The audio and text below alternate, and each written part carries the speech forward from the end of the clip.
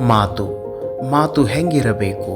ಹೆಂಗಾರ ಇರಬಾರದು, ಅವರಂಗ ಇವರಂಗ ಇರಬಾರದು, ಯಾರ ಹಂಗೂ ಇರಬಾರದು, ಆದರೆ ಎಲ್ಲರೂ ಕೇಳು ಹಂಗೆ ಇರಬೇಕು.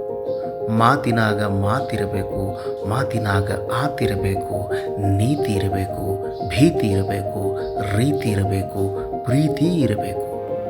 ಮಾತಿನಾಗ ಉದ್ದೇಶ ಇರಬೇಕು, ಆದೇಶ ಇರಬೇಕು, ಉಪದೇಶ ಇರಬೇಕು, ಸಂದೇಶ ಇರಬೇಕು. ಮಾತಿನಾಗ ತೂಕ ಇರಬೇಕು, ಇಲ್ಲದಿದ್ದರೆ ಸುಮ್ಮನೆ ಕೂತಿರಬೇಕು. ಮಾತು ಸಾಧಕನಂತಿರಬೇಕು, ಆದರೆ ಸಾಧನೆಯಾಗಬಾರದು.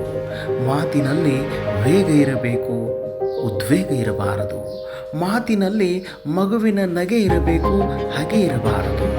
ಮಾತಿನಲ್ಲಿ ನಗೆ ಇರಬೇಕು, ನಲಿವಿರಬೇಕು.